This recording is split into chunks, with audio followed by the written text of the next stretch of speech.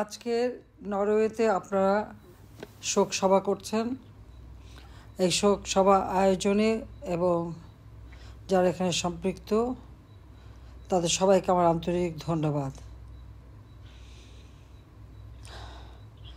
ইতিহাস থেকে যতই জাতির পিতা বঙ্গবন্ধু শেখ মুজিবুর রহমানের নাম মুছে ফেলার চেষ্টা করা হচ্ছে, আমি জানি আমাদের প্রবাসী বাঙালি এবং দেশে যারা প্রত্যেকেই তত বেশি জাতির পিতা বঙ্গবন্ধু শেখ মুজিবুর রহমানকে স্মরণ করছেন।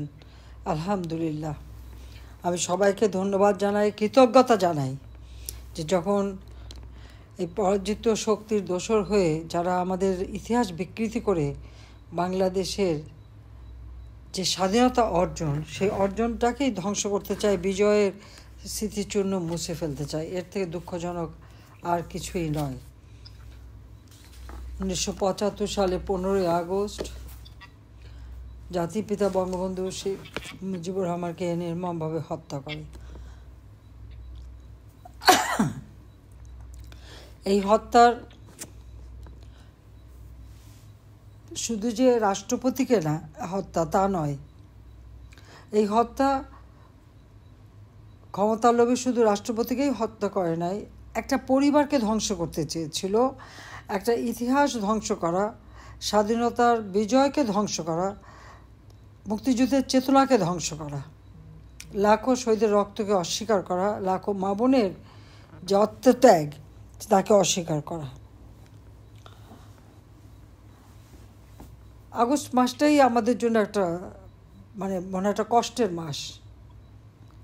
15ই আগস্ট জাতির পিতা বঙ্গবন্ধু শেখ মুজিবুর রহমানকে 1975 সালে হত্যা করা হয়। 21শে আগস্ট 2004 সাল আমাকে হত্যার উদ্দেশ্যে এবং আওয়ামী লীগের সকল নেতাকর্মীকে নিশ্চিহ্ন করার উদ্দেশ্যে সেই দিন প্রকাশ্য দিবালোকে গ্রেনেড হামলা হয়। অথচ আমরা সেখানে যে র্যালি করছিলাম, যে সভা আমাদের, সেটা ছিল সন্ত্রাসের বিরুদ্ধে, জঙ্গিবাদের বিরুদ্ধে। সিলেটে হযরত শাহজালালের দরগায় ব্রিটিশ হাই কমিশনার গিয়েছিলেন, সেখানে তাকে বোমা মারা হয়, গ্রেনেড মারা হয়। প্রায় 9 জন মানুষ সেখানে মারা যায়, অনেকে আহত হয়। এই হত্যা এবং এই গ্রেনেড হামলা একজন ডিপ্লোম্যাটের উপর, তারই প্রতিবাদে আমরা এই র্যালি করেছিলাম যে সন্ত্রাস জঙ্গিবাদ আমাদের দেশে আমরা চাই না, আমরা শান্তি চাই। আর সেই শান্তির র্যালি করতে যেয়ে, মিছিল করতে যেয়েই আমাদের গ্রেনেড হামলার শিকার হতে হয়। আইভি রহমান সহ আমরা, আমাদের 22 জন নেতাকর্মী, 2 জন অজ্ঞাতনামা, তাদেরকে যেমন সেখানেই মারা যান, এর পরবর্তীতে আহত অনেকেই মারা গেছে। আর প্রায় 1000 মতো নেতাকর্মী আহত, তার মধ্যে প্রায় 500 নেতাকর্মীর অবস্থা খুবই খারাপ ছিল। এখনও আমাদের অনেক কর্মীরা আছে যারা সেই স্প্লিন্টার নিয়ে ঘুরে বেড়াচ্ছে। 5ই আগস্ট সেই দিন আরেকটা ঘটনা ঘটে। জুলাই মাসে কোটা আন্দোলন, সেই আন্দোলনকে কেন্দ্র করে ছাত্ররা যখন আন্দোলন করতে থাকে তাদের বিরুদ্ধে কিছুই করা হয়নি। 14 জুলাই পর্যন্ত এই ছাত্ররা আন্দোলন করছে, পুলিশ তাদের সহযোগিতা করছে, আমরা সহযোগিতা করছি, তাদের কি দাবি দেওয়া সব আমরা মেনে নিলাম। তারপর শুনি না, ও তো হবে না, 9 দফা। আবার সেই 9 দফায় সাথে সাথে চলে আসলো 1 দফা। 15ই জুলাই থেকে যে পুলিশ হত্যা, আওয়ামী লীগের নেতাকর্মী হত্যা, মেরে পা বেঁধে ঝুলিয়ে রাখা, মেট্রো রেল, বিটিভি, আমাদের সড়ক ভবন, সেতু ভবন থেকে শুরু করে সারা বাংলাদেশে আগুন জ্বালানো এবং হত্যাকাণ্ড শুরু হলো। আপনারা কি চিন্তা করতে পারেন, 460টা পুলিশ স্টেশনে আগুন দেওয়া থেকে শুরু করে এখনও কাজ নেই, প্রতিদিন একটা ঘটনা ঘটে। এই হত্যাকাণ্ড যখন হলো, যখন ওই আবু সাইদ এবং মুগ্ধ মারা গেল, আমি কিন্তু সাথে সাথে, এটা 16 তারিখের ঘটনা, 17 তারিখে মিটিং ডাকলাম, আমি সিদ্ধান্ত নিলাম সেখানে আমরা জুডিশিয়াল এনকোয়ারি কমিটি করে দেবো, কীভাবে এদেরকে মারা হলো সেই ব্যবস্থা আমরা নিলাম এবং জুডিশিয়াল এনকোয়ারি আমি করে দিলাম। করে হাইকোর্টের, উচ্চ আদালতের, হাইকোর্টের একজন বিচারক দিয়ে আমরা এবং তার সঙ্গে আরও সদস্য দিয়ে আমরা কমিশন করে দিলাম। এনকোয়ারি কমিশন কাজও শুরু করেছিল। কিন্তু লাশ পড়া কিন্তু আর থামে না। যতই আমরা ধৈর্যের পরিচয় দিই ততই দেখে আরও বেশি। আপনারা লক্ষ্য করবেন যে এই ছাত্ররা মারা গেছে বেশিরভাগই কিন্তু বুলেটে। 7.62 বুলেট পুলিশ ব্যবহার করে না, আর্মি ব্যবহার করে না, বিডিআর ব্যবহার করে না। তাহলে এই বুলেট আসলো কোত্থেকে, বা এভাবে তাদেরকে হত্যা করা হলো কেন? আর পিটিয়ে পিটিয়ে হত্যা করা, আগুন দিয়ে পুড়িয়ে ফেলা, চাপাতি, লাঠি, রামদা এগুলি হাতে নিয়ে এসে আক্রমণ, এই ঘটনার সূত্রপাত। এবং 15 জুলাই থেকে যখন এরকম একটার পর একটা ঘটনা, তখন আমি অবশ্য একবার সিদ্ধান্ত নিয়েছিলাম যে পদত্যাগ করবো, কিন্তু পদত্যাগ আমি করিনি, করতে পারিনি, করা হয় নাই। তার আগে এমন অবস্থার সৃষ্টি করলো, আমি দেখলাম যে আমি চাই না আমি সেই গণভবন আক্রমণ করবে, গণভবনের দিকে যখন এরকম চাপাতি সব লাঠিসোঁটা নিয়ে আসা, তখন যদি গুলি চালায় বহু মানুষ মারা যায়। তা আমি তো লাশ ফেলে ক্ষমতায় থাকতে চাই না। যাও, সেখান থেকে আমি সরে আসলাম, সরে আসতে বাধ্য হলাম মানুষের জীবন বাঁচাতে, কিন্তু সেটা তো হলো না। ওই দিনও আমাদের বহু নেতাকর্মী, পুলিশ, সাধারণ মানুষ মারা গেল। তারপর থেকে আরও বেশি শুরু হলো। এরপর থেকে যে আওয়ামী লীগ নেতাকর্মীর উপরে যে অত্যাচার, মুক্তিযোদ্ধাদের উপর অত্যাচার, নারী, শিশু, বয়োবৃদ্ধ কেউ বাদ গেল না। নারী ধর্ষণ, নির্যাতন প্রতিনিয়ত ব্যাপার। বাংলাদেশে আজকে গণতন্ত্র নাই, গণতন্ত্র তিরোহিত। বাংলাদেশে আজকে জনগণের কোনো অধিকার নাই, কথা বলার অধিকার নাই, আমাদের কোনো আইনের শাসন নাই, গণমাধ্যমের স্বাধীনতা সম্পূর্ণভাবে লুপ্ত। নারীর প্রতি ভয়ানক, শিশু, নারী, বালিকাদের ধর্ষণ প্রতিদিনের ব্যাপার।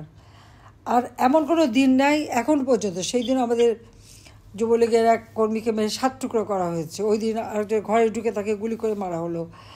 এমন ছোট কিশোর, 16 বছর, সেখানে ছাত্রলীগের মিছিল করে তার পাটা কেটে ফেলে দেওয়া হলো, কারো হাত কেটে, চোখ তুলে।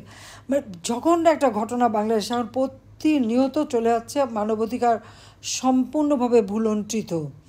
এই ডক্টর ইউনূস অবৈধভাবে সংবিধান লঙ্ঘন করে যখনই ক্ষমতা এসেছে, তখন থেকে যেন এই হত্যাকাণ্ডের মাত্রা আরও বেড়ে গেল। এবং সমস্ত জেলখানা থেকে যত জঙ্গি, সন্ত্রাসী যাদের আমরা গ্রেপ্তার করেছিলাম, হলি আর্টিজেন, 21 গ্রেনেড হামলা থেকে শুরু করে 10টা অস্ত্র চোরাকারবারি মামলা থেকে শুরু করে এই জঙ্গির সাথে, জঙ্গিবাদ এবং ফ্যাসিবাদের সাথে জড়িত সবাইকে আমরা যাদের গ্রেপ্তার করেছি, শাস্তি দিয়েছি, সাজাপ্রাপ্ত আসামি, যুদ্ধাপরাধী সাজাপ্রাপ্ত আসামি, তাদের সবাইকে সে মুক্ত করে দিয়ে বাংলাদেশ দেশটাকে একটা জঙ্গি আর সন্ত্রাসের রাজত্ব কায়েম করেছে।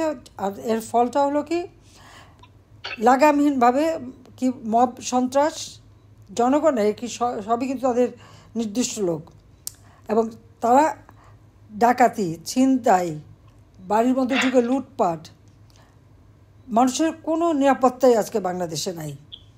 নিপীড়ন, অত্যাচার চলছে, তার উপর আওয়ামী লীগের নেতাকর্মীকে গ্রেপ্তার করে, এমনকি ছেলেকে পায়নি, মাকে খুন করে ফেলছে, নামাজের উপর বিছনায়ও তাকে হত্যা করা হচ্ছে, আগুন দিয়ে ঘর পোড়াচ্ছে, মা চাচি 2জন মারা গেল।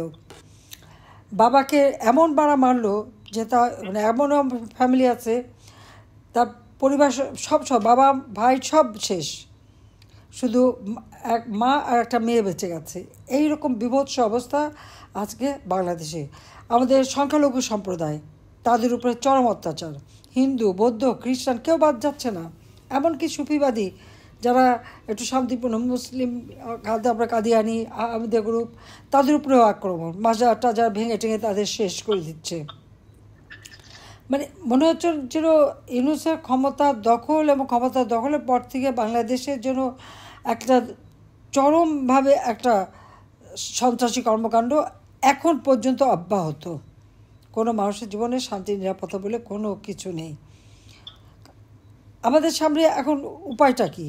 আমি বলব, সমস্ত আমাদের স্বাধীনতা সপক্ষে, গণতান্ত্রিক, প্রগতিশীল, যারা অসাম্প্রদায়িক নীতিতে বিশ্বাস করে, যারা শান্তিতে বিশ্বাস করে, সবাইকে ঐক্যবদ্ধ হতে হবে, জনমত সৃষ্টি করতে হবে। এটাই হচ্ছে সবথেকে বেশি গুরুত্বপূর্ণ। আজকে ইউনূসের অবস্থাটাকে আমি আপনাদেরকে, যেহেতু আপনারা ওখানে আছেন, চাই, আমার মনে হয় তার কিছু গুণের কথা না বললেই নয়। যেমন আমি সরকার গঠন করার পর 2008 নির্বাচনে জয়ী হয়ে 2024 পর্যন্ত যে রাষ্ট্র দায়িত্ব পালন করেছি, 2021 সালের মধ্যে বাংলাদেশ উন্নয়নশীল দেশের মর্যাদা পেয়েছে।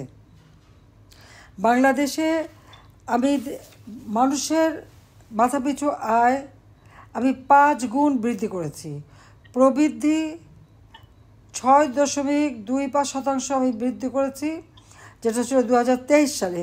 24 সালে অবশ্য 6.7 আমার ছিল, প্রায় 3.3% আমার বৃদ্ধি। বাজেটের আকার আমি 12 গুণ বৃদ্ধি করেছিলাম। বাজেটের আকার বার্ষিক উন্নয়ন কর্মসূচি 13 গুণ বৃদ্ধি করেছি। বৈদেশিক মুদ্রা রিজার্ভ 36 গুণ বৃদ্ধি করেছি। রপ্তানি আয় 5 গুণ বৃদ্ধি করেছি। বার্ষিক রেমিটেন্স 6 গুণ বৃদ্ধি করেছি। বৈদেশিক বিনিয়োগ এফডিআই 5 গুণ আমি বৃদ্ধি করি। একজন কৃষি শ্রমিক বা দিনমজুর বা খেটে খাওয়া মানুষ, তারা দিনে যা কামাই করত, তাদেরও আয় রোজগার 3 গুণ বৃদ্ধি পেয়েছিল। ওই টাকা দিয়ে তার সংসারের খরচ, দিনের 3 বেলা খাবার, তারপর তার কাছে টাকা বাঁচত। শ্রমিকের মজুরি আমি 9 গুণ বৃদ্ধি করে দিয়েছিলাম।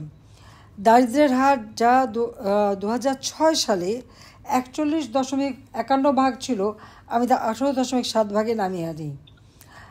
অতি দারিদ্র্যের হার যেটা 25.1 ছিল, সেখান থেকে 5.6 নামিয়ে আনি।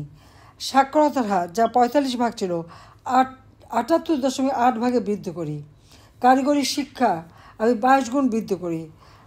মানুষের যেন তাদের সুস্বাস্থ্য রক্ষা, তাদের দিকে তাকানো, কমিউনিটি ক্লিনিকের মাধ্যমে চিকিৎসা সেবা মানুষের দোরগোড়ায় পৌঁছে দেওয়া, 30 প্রকারের ঔষধ আমরা বিনামূল্যে দিতাম।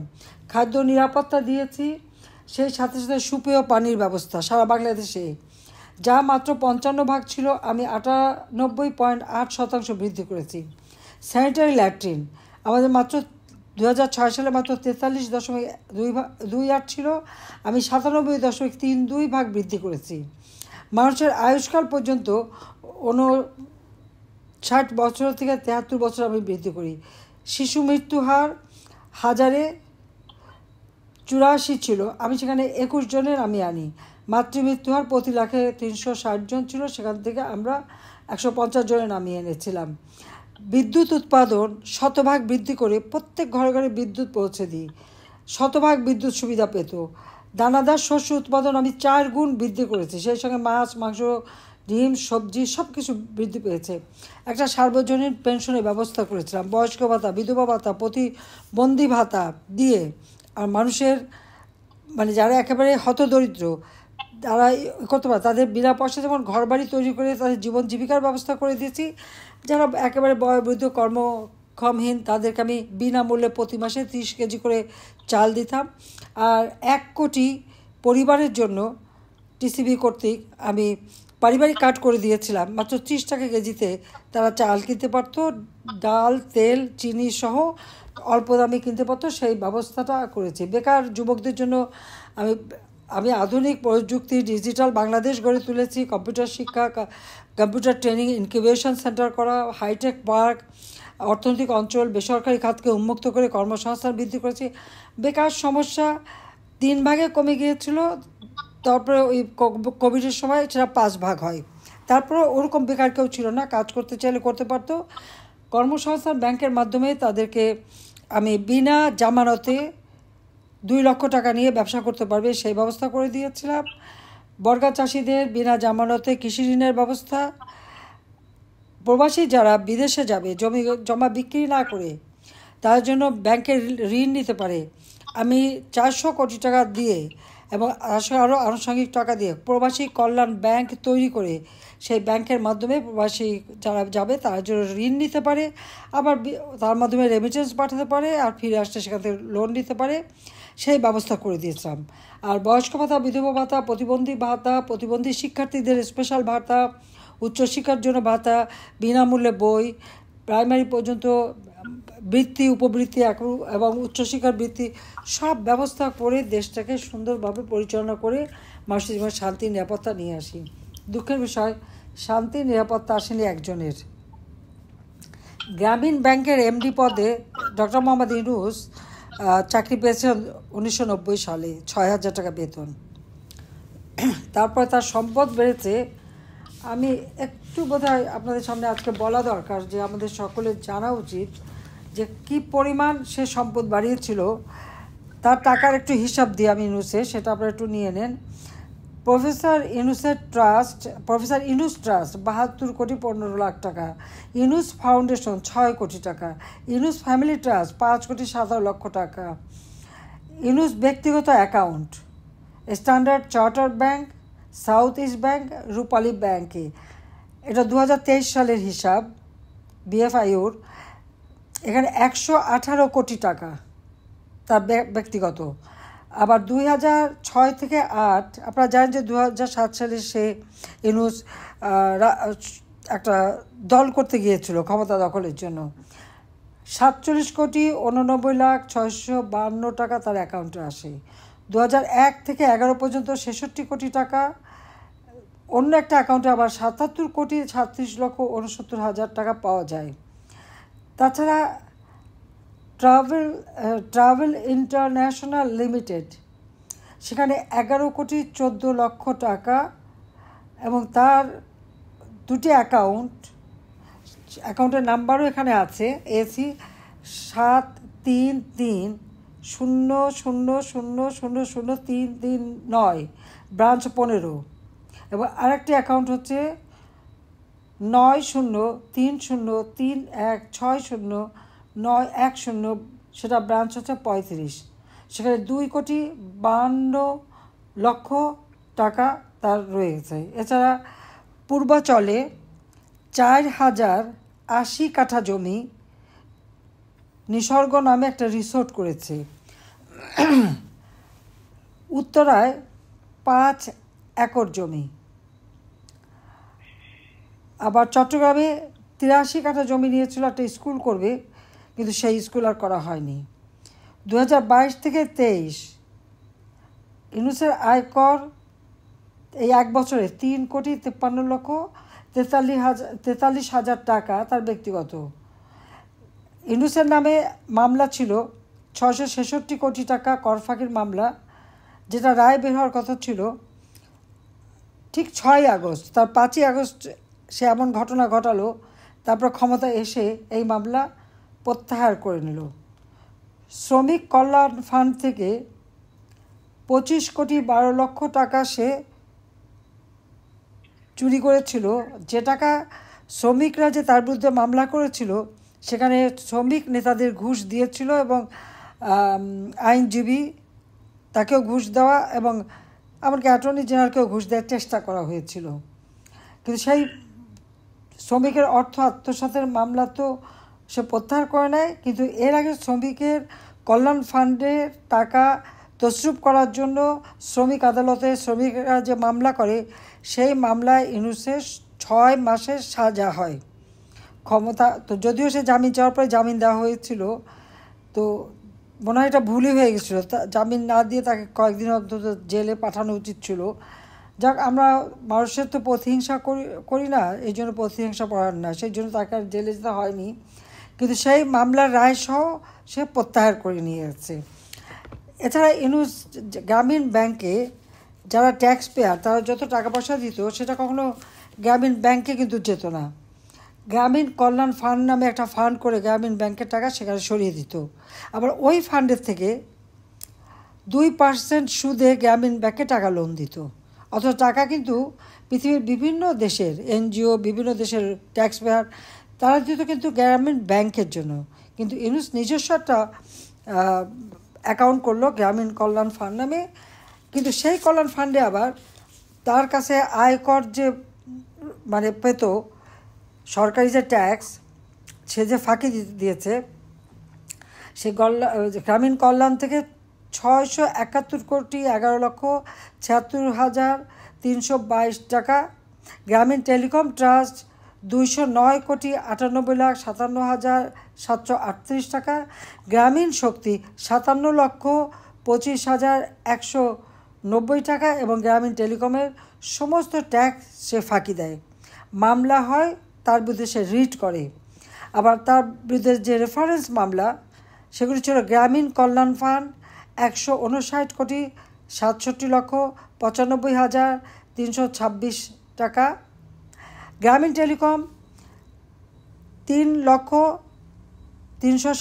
টাকা, গ্রামীণ ট্রাস্ট 1,07,22,664 টাকা, গ্রামীণ কৃষি ফাউন্ডেশন 3,52,23,097 টাকা, ডক্টর মোহাম্মদ ইউনূসের ব্যক্তিগত 12,46,72,608 টাকা, গ্রামীণ উদ্যোগ 63,26,270 টাকা, গ্রামীণ মৎস্য পশু সম্পদ 1,82,00,000 পশু সম্পদ ফাউন্ডেশন, গ্রামীণ মৎস্য পশু সম্পদ ফাউন্ডেশন 1,82,18,763 টাকা, গ্রামীণ সামগ্রী 7,42,274 টাকা, গ্রামীণ ডানন ফুডস লিমিটেড 14,230 টাকা, গ্রামীণ বাইটেক লিমিটেড 8,18,467 টাকা, গ্রামীণ শক্তি 47,85,72,308 টাকা,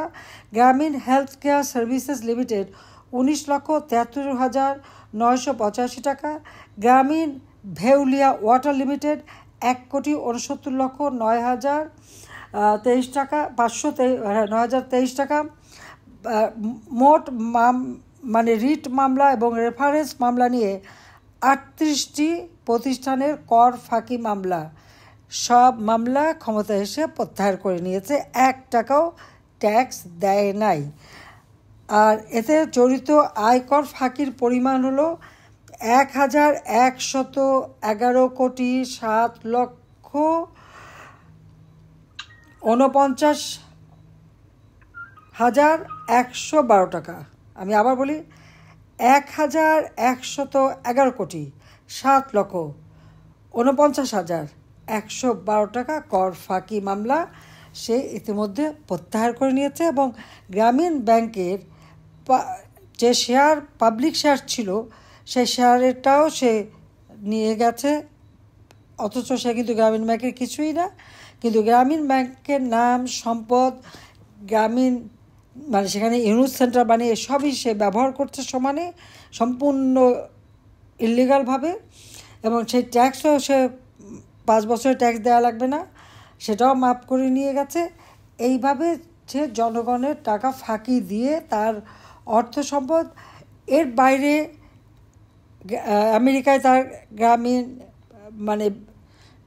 আমেরিকান ব্যাংক, ল্যাটিন আমেরিকা, পৃথিবীর বিভিন্ন দেশ, ইউরোপ, ফ্রান্স থেকে শুরু করে ফ্রান্সে নাকি খুব ভালো বিলাসবহুল তার ফ্ল্যাটও আছে। পৃথিবীর বিভিন্ন দেশে সে যে সম্পদের পাহাড় গড়ে রেখেছে। একটু প্রশ্ন হলো যে এই যে বিলিয়ন বিলিয়ন ডলার তার বিদেশে, আর দেশে যে তার এত শত কোটি টাকা, 6,000 টাকা বেতনে গ্রামীণ ব্যাংকের এমডি হয়ে ঢুকে সরকারি বেতন পেয়ে এত টাকা কিভাবে বানিয়েছিল? যখন তার গ্রামীণ ব্যাংকে যখন অডিট শুরু হলো, বাংলাদেশ ব্যাংকে যখন তদন্ত শুরু করলো, তখনই তার মাথা গরম হয়ে গেল।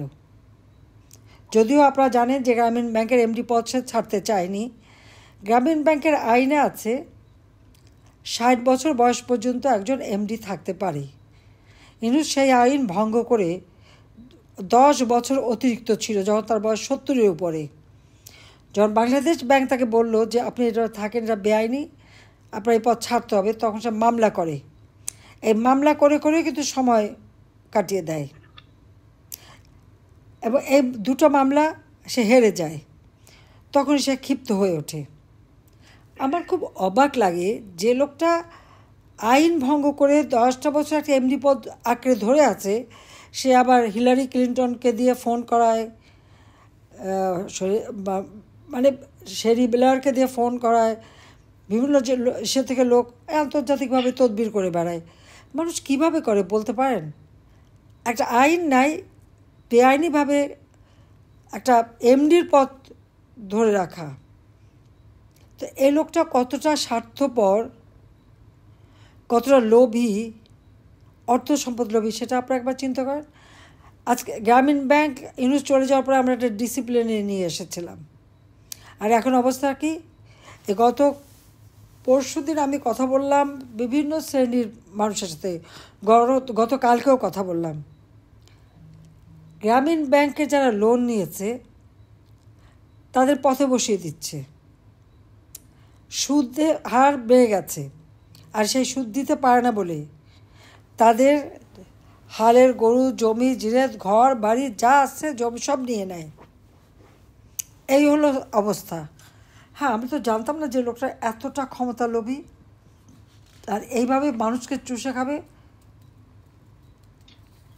এইভাবে একটার পর একটা সে অন্যায় করে গেছে, আমরা অথচ তাকে কখনো কিছু বলিনি। আর বিশ্বব্যাপী এমন একটা ভাব দেখেছে যে গ্রামীণ ব্যাংকটা তার নিজের করা, এবং এই মিথ্যে কথা বলে, কারণ এটা কিন্তু গ্রামীণ ব্যাংক তার নিজের করা না। স্বাধীনতার পর ভূমিহীন মানুষকে সহযোগিতা করা যায়, কীভাবে সহযোগিতা করা যাবে, এটার উপরে গবেষণা করতে নির্দেশ দেন জাতির পিতা বঙ্গবন্ধু শেখ মুজিবুর রহমান, এবং ব্যাংকের থেকে টাকা দেওয়া হয়। তবে এই টাকা কেউ বন্ধ করেনি, গবেষণাটা চলছিল, চলমান ছিল। এমনকি সত্যি কথা বলতে কি, জিয়াউর রহমান, এরশাদ যে যখনই ক্ষমতা এসছে এই গবেষণা বন্ধ করেনি কখনো। জেনারেল এরশাদ ক্ষমতা এসে একটা অর্ডিন্যান্স জারি করে 1983 সালে। এই অর্ডিন্যান্সের মাধ্যমেই এই গ্রামীণ ব্যাংকটা চলতে শুরু করে, এবং তখন ইউনুস চট্টগ্রাম বিশ্ববিদ্যালয়ের প্রফেসর ছিল, সে ওই প্রজেক্টের সাথে কাজ করেছে কিছুদিন, আর এখানে খণ্ডকালীনভাবে কাজ করত। এরপর 1990 সালে সে পরিপূর্ণভাবে গ্রামীণ ব্যাংকের এমডি হিসেবে নিয়োগ পায়। কিন্তু বারবার বয়স চলে যাওয়ার পরেও সে আর ওই পদ ছাড়েনি। কেন ছাড়েনি? এই যে টাকার যে হিসাবটা দিলাম, আপনারা বুঝতে পারেন এত টাকা বানানোর যেটা সুযোগ, আর গরিবের রক্ত শুষে খেয়ে যে অর্থ সম্পদ বানানো, এই লোভটা সে ত্যাগ করতে পারেনি। কিন্তু আমাকেও সে বোকা বানিয়েছে, কারণ আমার কাছে যখন আসতো, ওই যে খণ্ডকালীন ছিল তখন এসছে আমাদের পরিচিত কয়েকজনের সাথে, আমি ভাবতাম হ্যাঁ গরিব এত সাহায্য পায়, তাকে দিতে হবে কিছু। গ্রামীণ ব্যাংকের টাকা যে গ্রামীণ কল্যাণ ফান্ড যে সরিয়ে নিয়ে সে আমাকে এসে বললো 98 সালের কথা, যে গ্রামীণ ব্যাংকের টাকা নেই, দিতে পারছে না, বন্যার জন্য হপ্তা তুলতে পারেনি। আমি সরল বিশ্বাসে প্রথমে 100 কোটি, তারপর 200 কোটি, তারপর আবার আরও 400 কোটি টাকা গ্রামীণ ব্যাংকে আমি যখন প্রাইম মিনিস্টার তখন দিলাম। আবার আমাকে বললো যে আমি যখন আমাদের ডিজিটাল ফোন ছিল না, সব অ্যানালগ, আমি সব ফোন ডিজিটাল করলাম, আর মোবাইল ফোন টেন্ডার দিয়ে সকলকে দেবো। ডক্টর ইউনূস এসে খুব হাত ধরাধরি করলো আমাকে। তা আমি বললাম যে ঠিক আছে। আমাকে বললো যে গ্রামের মেয়েদেরকে ফোন দেবে, সেই ফোন থেকে তারা অর্থ উপার্জন করবে। আমার দুর্বলতাটা ছিল যে গ্রামীণ গরিব মানুষের জন্য কেউ কিছু করলে তাকে সব রকম সাহায্য করা। আমি তাকে ব্যবসাটা দিলাম, রেলওয়ে ফাইবার অপটিক্স তাকে ব্যবহার করার সুযোগ করে দিলাম। ডিপোজিট টাকা বললো যে আমার কাছে টাকা নেই, কোত্থেকে দেবো, আমরা সরল বিশ্বাসে সেটাও ব্যবস্থা করে দিলাম। সবথেকে বেশি সুবিধা গ্রামীণ ফোনকে আমরা দিয়েছিলাম। আরও 2-3টে কোম্পানি যারা পেয়েছিল তারা কিন্তু অত সুবিধা পায়নি। আমাকে সে বললো ক্ষুদ্র ঋণটা ইন্টারন্যাশনালি সেরকম অ্যাকসেপ্টেবল, আপনি যদি আমি সেমিনার করবো, আপনি যদি সেমিনারে আসেন তাহলে এটা গ্রহণযোগ্য হবে, তখন হিলারি ক্লিন্টনও আসবে, আর ইয়েও আসবে, ফ্রান্সের কুইন সোফিয়া আসবে। পসিবলি 97 সালে হবে, অথবা 98 এরকম একটা সময় ওয়াশিংটনে। আমি সরল বিশ্বাসে যে ইউনূসের পক্ষে অনেক ভালো ভালো কথা বলে তাকে একেবারে হাইলাইট করে দিয়ে আসলাম। কিন্তু যখন তার এমডি পদ থেকে যাবার সময়, তখন তার মাথা খারাপ হয়ে গেল। সবাইকে তো টেলিফোন শুধু করানো না, আমেরিকান অ্যাম্বাসেডর তখন যারা ছিল আমার অফিসে এসে আমাদের অফিসারদেরকে বলতো ইউনূসকে গ্রামীণ ব্যাংক থেকে এমডি পদ থেকে সরালে পদ্মা সেতু টাকা বন্ধ হয়ে যাবে। আমার অফিসার এসে আমাকে বলতো যে ওয়ার্ল্ড ব্যাংক টাকা বন্ধ করে দেবে। তা বললাম যে ওয়ার্ল্ড ব্যাংকটা একটা আলাদা প্রতিষ্ঠান, আমরা তো তার পার্টনার, আমাদের জন্য যে টাকা স্যাংশন হবে সেটা বন্ধ করে কীভাবে, আইনত বন্ধ করতে পারে না। কিন্তু দেখা গেল ঠিকই তাই, পদ্মা সেতুর টাকা সে যখন গ্রামীণ মানে ওয়ার্ল্ড ব্যাংক ছিল লিডিং রোল তার ছিল। ওয়ার্ল্ড ব্যাংক যখন সরে গেল তখন এডিবি, জাইকা সবাই সরে গেল। কোনো লোকের মধ্যে যদি দেশপ্রেম থাকে, কোনো লোকের যদি দেশের উন্নয়নের জন্য এতটুকু চিন্তা থাকে, সে কি পারে? এই পদ্মা সেতু 22টা জেলার মানুষের ভাগ্যের সাথে জড়িত। পদ্মা সেতু হওয়ার পরে আমাদের জিডিপি 2% বেড়ে গেছে, আর সেই সেতু করতে দেবে না, বন্ধ করলো টাকা। অনেক চেষ্টা করা হলো, তারপরে আনলো আমাদের বিরুদ্ধে দুর্নীতির অভিযোগ। শুধু আমি না, রেহানা, ডক্টর মশিউর রহমান, আমার মন্ত্রী, সচিব, আরও কারা সবার নামে। ওয়ার্ল্ড ব্যাংক কানাডা ফেডারেল কোর্টে মামলা করলো, কিন্তু সেই মামলা তদন্ত করার পরে কোর্ট বলে দিল ওয়ার্ল্ড ব্যাংকের সমস্ত অভিযোগ মিথ্যা, ভুয়া, এখানে কোনো রকম টাকা, কোনো রকম দুর্নীতি হয় নাই। কারণ টাকাই তো ছাড় করেনি, দুর্নীতি হবে কোত্থেকে? কিন্তু এই মিথ্যা অপবাদটা আমাদের উপরে দিয়ে মামলা দিল। তো এই হলো ডক্টর ইউনূসের গুণগান। আমি ইচ্ছে করে আজকে এই জন্য বললাম যে আপনারা যে জায়গায় আছেন সেখানে বোধহয় এই কথাগুলি শোনা দরকার। তারপরে তার ক্ষমতার জন্য সে যে উন্মাদ হয়ে গেল, এবং এই আন্দোলনটা আপাত দৃষ্টিতে মনে হবে ছাত্র জনতার আন্দোলন, কিন্তু দীর্ঘ সময় ধরে আমার বিরুদ্ধে নানা রকমের অপপ্রচার, সরকারের বিরুদ্ধে অপপ্রচার, এবং আপনারা দেখেছেন যে ভালো কাজটাই করি না কেন সেটাকে প্রশ্নবিদ্ধ করা কিছু লোকজন লেগেই থাকতো। যেমন মেট্রো রেল, একজন বলে দিলেন টকশোতে, কারণ আমার সময় তো প্রেস ফ্রিডম ছিল, যে যা খুশি বলতে পারতো। বেসরকারি টেলিভিশন বাংলাদেশে একটাও ছিল না 96 আগে, আমারই দেওয়া 44টা টেলিভিশন, টকশো। কি দরকার ছিল 30,000 কোটি টাকা করে মেট্রো রেল করা? 3,000 কোটি টাকা খরচা করলে বাস কিনলেই তো হয়ে যেত। এই ছিল মানুষের মনোভাব। এটা এখন মনে হয়, তখন বুঝতে পারিনি, যেগুলি সবই ওই ডক্টর ইউনূসের মেটিকুলাস ডিজাইনের পরিচালনা এবং অংশ। এবং এই মেটিকুলাস ডিজাইনের মাধ্যমে মাস্টারমাইন্ড দ্বারা পরিচালিত তার যে আন্দোলন, এই আন্দোলনের মধ্য দিয়েই সে শেখ হাসিনাকে ক্ষমতা থেকে হটিয়ে নিজে ক্ষমতায় বসতে পেরেছেন। কিন্তু তার ক্ষমতাটা যে সম্পূর্ণ অবৈধভাবে জঙ্গিদের দ্বারা এবং সংবিধান বিরোধী, তাতে তার কোনো লজ্জা শরম নেই, কারণ সে কোনো আইন নিয়ম মানে না। আজকে দেশটাকে ধ্বংসের কিনারায় নিয়ে গেছে, প্রত্যেকটা জিনিসের দাম বেড়ে গেছে, মাথাপিছু আয় কমে গেছে, প্রবৃদ্ধি আমার যে রেখা আসা 6.7 থেকে আজকে কমে গেছে 3%, সেটাও টেনে টুনে নিয়ে আসছে, প্রকৃতপক্ষে 2-এ নেমে গেছে। আমার কথা হচ্ছে, ক্ষমতা যখন সে নিয়েছেই তাকে ওই প্রবৃদ্ধি আবার ওই 6.7 আমাদের ছিল 2025-এ 7%, ওই 7% প্রবৃদ্ধি তাকে তুলতে হবে। মাথাপিছু আয় যেটা আমরা $2,793 রেখে এসেছি, আমাদের লক্ষ্য ছিল 2025 সালের বাজেটে আরও আমরা বাড়াবো, তাকে বাড়াতে হবে। দেশের অর্থনীতি সে সম্পূর্ণভাবে ধ্বংস করে গরিবকে আরও গরিব করে দিয়েছে। আর এই এনজিওর দৌড়াতে মানুষের নাবিশ্বাস হচ্ছে, তার মধ্যে চুরি, ডাকাতি, ছিনতাই, আর আওয়ামী লীগের নেতাকর্মীদের ঘর বাড়ি ভেঙে চুরে আমাদের সবাইকে শেষ। সামরিক অফিসার, বেসামরিক অফিসার, পুলিশ, কেউ বাদ নাই, সকলকে অপমান করা। চিফ জাস্টিস থেকে নিয়ে শুরু করে প্রত্যেক জজ এবং শিক্ষা প্রতিষ্ঠানে শিক্ষকদের চরমভাবে অপমান করা হচ্ছে, আর ইচ্ছামতো চাকরি থেকে সব বের করে দেওয়া হচ্ছে, আর ঘুষ নিয়ে নিয়ে চাকরিতে ঢুকানো হচ্ছে। কোনো পরীক্ষা টরীক্ষার বালাই নাই।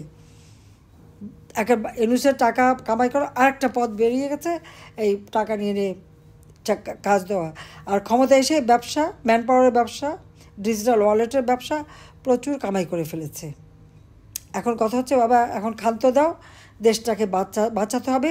এই দুর্নীতিগ্রস্ত জঙ্গি, ফ্যাসিস্ট, খুনি ইউনূসের হাত থেকে দেশকে রক্ষা করার জন্য সরকারকে ঐক্যবদ্ধ হওয়ার আমি আহ্বান জানাচ্ছি। বাংলাদেশে আবার গণতন্ত্র ফিরিয়ে আনতে হবে। গণতন্ত্র, আইনের শাসন, মানুষের জানমালের নিরাপত্তা এবং তাদের জীবনে শান্তি ফিরিয়ে আনার জন্য সবাইকে ঐক্যবদ্ধ হবার আহ্বান জানাচ্ছি। জাতিপিতা বাংলাদেশ দিয়ে গেছেন, বাবা মা ভাই আমি সব হারিয়েছি, 15 আগস্টে যাদের হারিয়েছি তাদের আত্মার ম্যাগফাত কামনা করে এটুকু বলবো, সব হারাবার বেদনা বুকে নিয়েই, বুকে চেপে দুঃখী মানুষের মুখে হাসি ফোটাবার যে স্বপ্ন বাবা দেখেছিলেন, আমি সেটাই করে গেছি এবং আমি সাফল্যের সাথে করেছিও। কিন্তু আজকে সব ধ্বংস হয়ে গেছে মাত্র এই 6 মাসের মধ্যে, 1 বছরের মধ্যে সব শেষ। আর অর্থ সম্পদ বানাচ্ছে ডক্টর মোহাম্মদ ইউনূস, তার আত্মীয় পরিবার প্রয়োজন, তার উপদেষ্টা, আর তার এই এনসিপি পার্টি বানিয়েছে, কিংস পার্টি, তার সাথে যারা দোসর জামাত বিএনপি, তাদের অত্যাচার, খুন খারাপি, লুটপাটে আজকে দেশ একেবারে ধ্বংসের কিনারায়, ধ্বংসের কিনারায়। সবাইকে আহ্বান জানাই, বাংলাদেশটাকে রক্ষা করুন। আমি আছি সবার সাথে, আমার তো হারাবার কিছু নাই। সেই ঘর বাড়ি যা সব লুটপাট হয়ে গেছে, এমনকি সুধা সদন অজয় সাহেব তাও আগুনে পোড়ানো। 32 নম্বর একমাত্র স্মৃতি নিয়ে বেঁচেছিলাম, সেটাও আগুন দিল, তারপর আবার বুলডোজার দিয়ে ভাঙলো, সেটুকুও কেড়ে নিল। মুক্তিযুদ্ধের সব চেতনা ধ্বংস। থাকলো কি বাংলাদেশের মানুষের বিজয়ের ইতিহাস বিকৃত, পরাজিতদের পদলেহন করে যাচ্ছে। এই অপমানজনক অবস্থা থেকে দেশ ও জাতিকে রক্ষা করতে হবে। প্রবাসীরা অনেক সবসময় দুঃসময় বাংলাদেশের মানুষের পাশে আছেন, সবসময় পাশে দাঁড়ান। আমি আপনাদেরকে ধন্যবাদ জানাই যে আপনারা, আমরা তো আওয়ামী লীগ তো নিষিদ্ধ করে দিয়েছে, আমাদের নিবন্ধন বাতিল, ছাত্রলীগ নিষিদ্ধ। যে দলটি 1949 সালে প্রতিষ্ঠার লগ্ন থেকে এদেশের মানুষের অধিকার প্রতিষ্ঠার জন্য সংগ্রাম করে স্বাধীনতা এনে দিয়েছে, অর্থনৈতিক মুক্তি এনে দিয়েছে, উন্নয়নশীল দেশের মর্যাদায় বাংলাদেশকে উন্নীত করেছে। স্বাধীনতার পর মাত্র 3 বছর 7 মাস 3 দিন জাতির পিতা বঙ্গবন্ধু শেখ মুজিব ক্ষমতায় ছিলেন। ওই সময়ের মধ্যে বাংলাদেশকে স্বল্পোন্নত দেশে উন্নীত করেছিলেন। প্রবৃদ্ধির 9 ভাগে তিনি তুলেছিলেন, যা আজ পর্যন্ত কেউ করতে পারেনি। তাঁরই পদাঙ্ক অনুসরণ করে আমরা বাংলাদেশকে সুবর্ণ জয়ন্তী যখন আমরা উদযাপন করি, জাতির পিতার জন্মশতবার্ষিকী উদযাপন করি, সেই সময় আমরা উন্নয়নশীল দেশের মর্যাদায় বাংলাদেশকে উন্নীত করেছি। আর যে বাংলাদেশ বিশ্বব্যাপী ছিল উন্নয়নের রোল মডেল, আজকে সেই বাংলাদেশ জঙ্গি সন্ত্রাসীদের দেশ।